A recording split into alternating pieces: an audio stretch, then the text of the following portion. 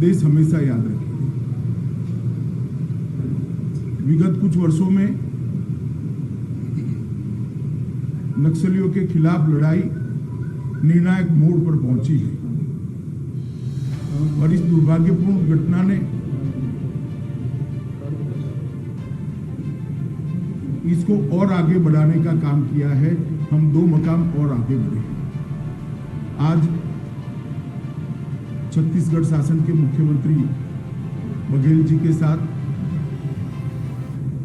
सभी फोर्स के अफसरों के साथ अभी रिव्यू मीटिंग भी की और रिव्यू मीटिंग के अंदर ये लड़ाई की गति किसी भी तरह से कम न हो,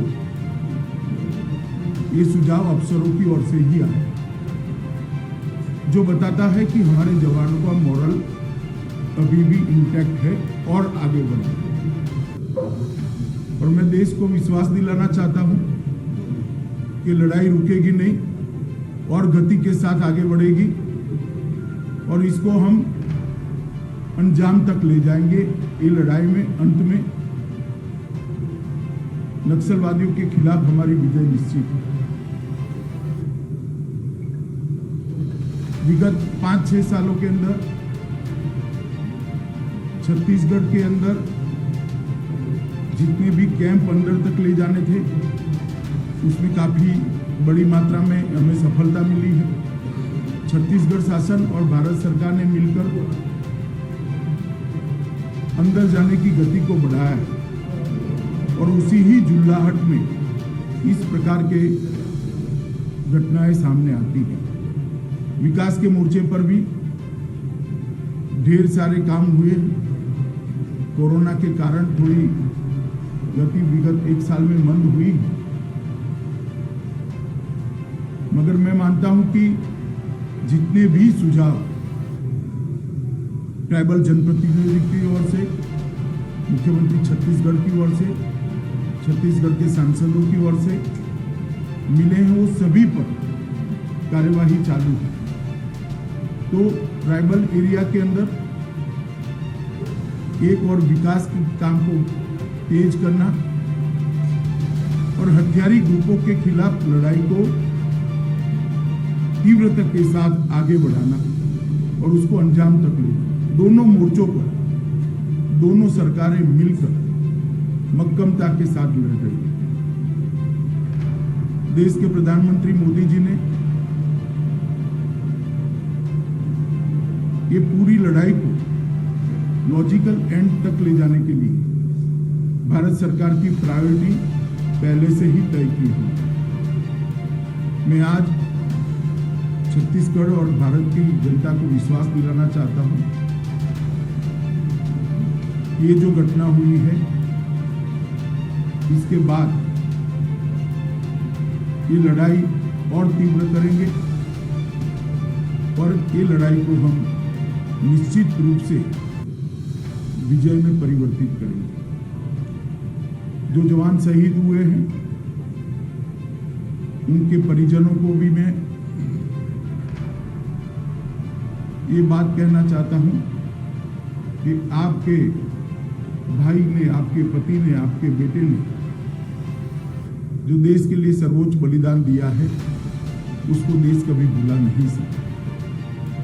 मैं भारत सरकार की ओर से आपको इतना ही कहना चाहता हूं कि संकट की, दुख की इस घड़ी में पूरा देश आपके साथ खड़ा है और आपके परिजनों का जो बलिदान है वो व्यर्थ नहीं जाएगा।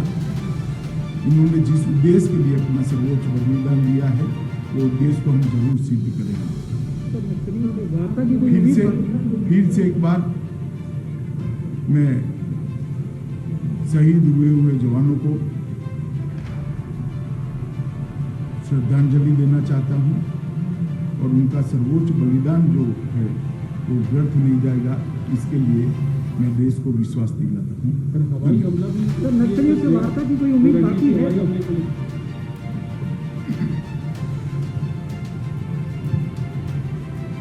अभी जैसे गृहमंत्री जी ने आप सबसे चर्चा की और मैं भी जो शहीद हुए जवानों को करता हूँ, उनके सर्वोच्च बलिदान को प्रणाम करता हूँ।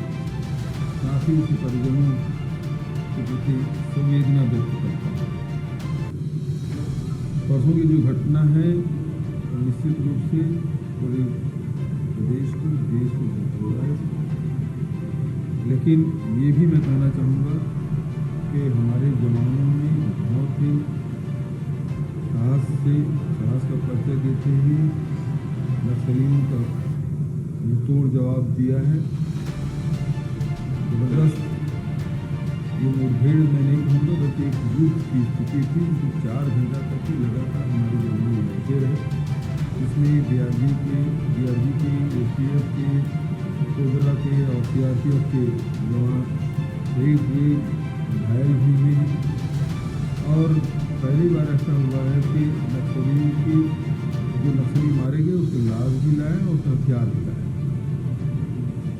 ये भी आपने देखा कि मीनपा की घटना भी हम आगे बढ़ के उनके साथ लड़ाई लड़े और उनको भी क्षति पहुँचाए। लगभग 26 नक्सली उस समय मारे गए थे। इस समय भी बड़ी संख्या में नक्सलियों के मारे जाने की सूचना है। 4 ट्रैक्टर में वो लाशें और घायलों को ले गए हैं, ये भी जानकारी है। कुछ दिनों में वो संख्या भी सामने आ जाएगा, 2-4 दिन में। तो नक्सलियों की भारी क्षति इसमें हुई है। और ये वो एरिया है जिसमें जो उनका गढ़ कहा जाता है, उनका केंद्र कहा जाता है, वहाँ हमारे लगातार कैंप खुल रहे हैं। मीनपा में पिछले समय घटना घटी, पिछले साल घटना घटी थी, आज हमारे कैंप खुल गए।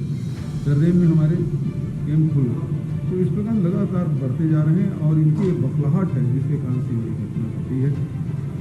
और बहुत जल्दी वहाँ और कैंप खुलेंगे जिससे जो माड़ के एरिया है उससे वो कट ऑफ हो जाएंगे। बीजापुर के इलाका जो नेशनल पार्क है उससे कट ऑफ होगा, तो वो बहुत सीमित दायरे में अब सिमट गए हैं। और भारत सरकार की तरफ से भी और राज्य सरकार की तरफ से भी जो विकास के कार्य हैं उसको गति लाने का आवश्यकता है। सड़कें हैं और जो कनेक्टिविटी है और रोजगार के काम है, इसमें हम लोगों को भी लाने की आवश्यकता है। और इस दिशा में ये बातचीत भी हुई है, सार्थक बातचीत हुई है। और केंद्र के बल और राज्य के बल जो दोनों अधिकारी हैं उनके बीच में यहाँ पर समन्वय भी है और संयुक्त रूप से ऑपरेशन भी हुआ है और आगे भी इसको काम होगा। आज केंद्रीय मंत्री यहाँ पर हैं और नक्सली समस्या लगातार बढ़ती जा रही है। जो अभी जो बैठक हुई है उस बैठक में आप पूरा विश्वास है कि केंद्र से आप जो सहयोग मांग रहे हैं वो सहयोग मिलेगा? बिल्कुल समन्वय है और हम लोग अपनी डिमांड रखे हैं।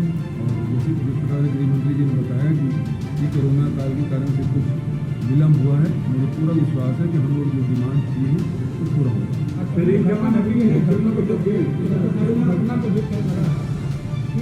नक्सलियों की जो मुख्य गढ़ है वहाँ तक फोर्स पहुँची है। ये मतलब ये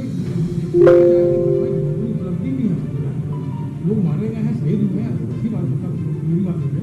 लेकिन जो वास्तविकता है ये है कि ऐसा गढ़ धर्मा का क्षेत्र था, वहाँ तक पहुँचना ये अपने आप में उपलब्धि है।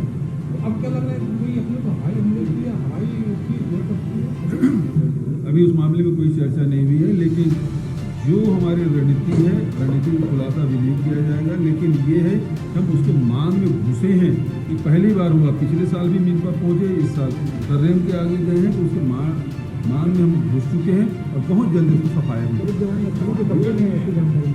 एक जवान अभी मिसिंग है, ये जानकारी हमको। आप ग्रे हाउंड सर्विस है जो आंध्र प्रदेश में काम करती है, यहाँ छत्तीसगढ़ में लागू करेंगे। जवान भी देखिए कई सारी चीज़ों